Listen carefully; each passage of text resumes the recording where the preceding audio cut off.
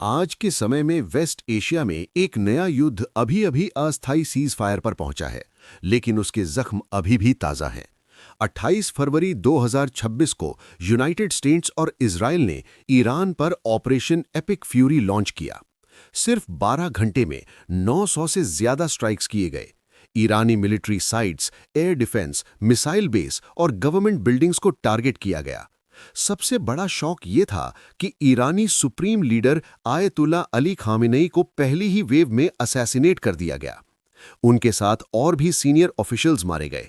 Iran ने तुरंत retaliate किया। सैकड़ों मिसाइल्स और हजारों ड्रोन इजराइल पर, गल्फ स्टेट्स पर और यूएस बेसिस पर लॉन्च किए।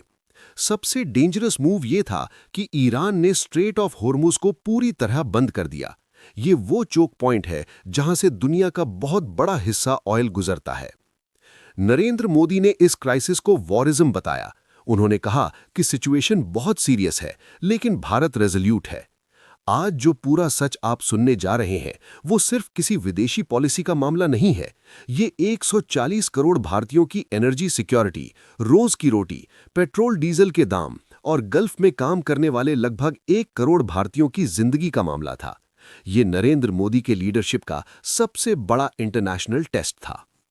पहले समझिए नरेंद्र मोदी का सफर। एक छोटे चाय वाले के बेटे से गुजरात के चीफ मिनिस्टर बने और फिर देश के प्रधानमंत्री। उन्होंने हमेशा इंडिया फर्स्ट का नारा दिया।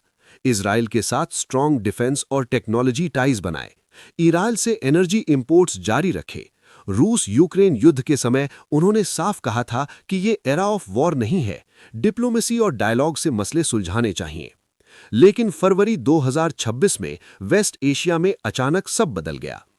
28 फरवरी को जब यूएस और इजरायली फोर्सेस ने अटैक शुरू किया, तब भारत के लिए तुरंत अलार्म बज गया। भारत का 50 से 60% क्रूड ऑयल और लगभग पूरा एलपीजी होर्मुज स्ट्रेट से आता है। जब स्ट्रेट बंद हुआ तो ग्लोबल फ्यूल प्राइसेस $80 से $120 प्रति बैरल तक पहुंच गए।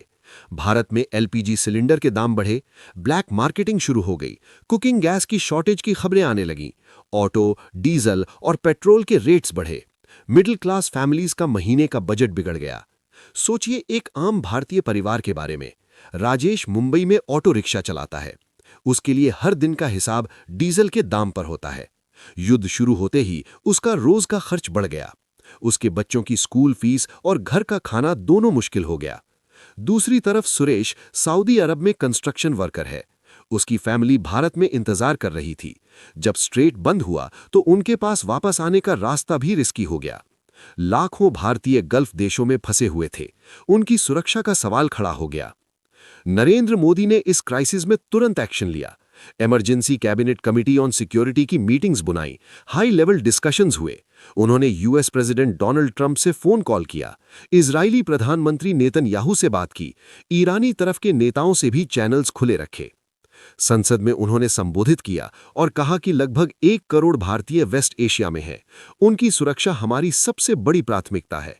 होर्मुज स्ट्रेट का क्लोजर अस्वीकार्य है, क्योंकि इससे ग्लोबल एनर्जी सप्लाई चेन टूट रही है। भारत ने साफ कहा कि सिविलियंस और कमर्शियल शिप्स पर हमले बंद होने चाहिए। मोदी ने यह भी कहा कि कोई भी मसला मिलिट्री कॉन्फ्लिक्ट से अकेले हल नहीं हो सकता, चाहे यूक्रेन का मामला हो या वेस्ट एशिया का। भारत डी एस्केलेशन और शांति की दिशा में प्रयासों का समर्थन करता है, लेकिन साथ ही एनर्जी सिक्योरिटी को भी सुनिश्चित कर रहा है। भारत ने चुपचाप ऑल्टरनेटिव सोर्सेस से ऑयल लेना शुरू किया, रूस से सप्लाई बढ़ाई, अफ्रीका के कुछ देशों से भी बात की, स्ट्रेटेजिक पेट्रोलियम रिजर्व्स का उपयोग किया ताकि घरेलू शॉर्टेज ना हो। अब सोचिए, अगर आप नरेंद्र मोदी की जगह होते, 140 करोड़ लोगों की जिम्मेदारी आपके कंधों पर होती, एनर्जी प्राइसेस बढ़ रहे होते, लाखों नागरिक विदेश में फंसे होते, आप क्या करते? सिर्फ एक तरफ कंडेम करते या दोनों तरफ से बात करते, सप्लाई चेन बचाते और डिप्लोमेसी का टाइट रोप वॉक करते?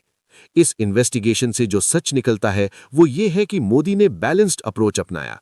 इजराइल के साथ स्ट्रेटेजिक पार्टनरशिप को मेंटेन किया, क्योंकि डिफेंस टाइज महत्वपूर्ण है। ईरान से भी एनर्जी और सुरक्षा की बात की, क्योंकि भारत को ऑयल चाहिए। ट्रंप से होर्मुज स्ट्रेट खुला रखने की अपील की। मार्च के महीने में संसद में उन्होंने 2 बार संबोधित किया। सिचुएशन वॉरिज्म है। ग्लोबल इकोनॉमी पर बुरा असर पड़ रहा है। भारत के हितों को भी नुकसान हो रहा है। फर्टिलाइजर्स, गैस और एसेंशियल आइटम्स की सप्लाई प्रभावित हो रही है।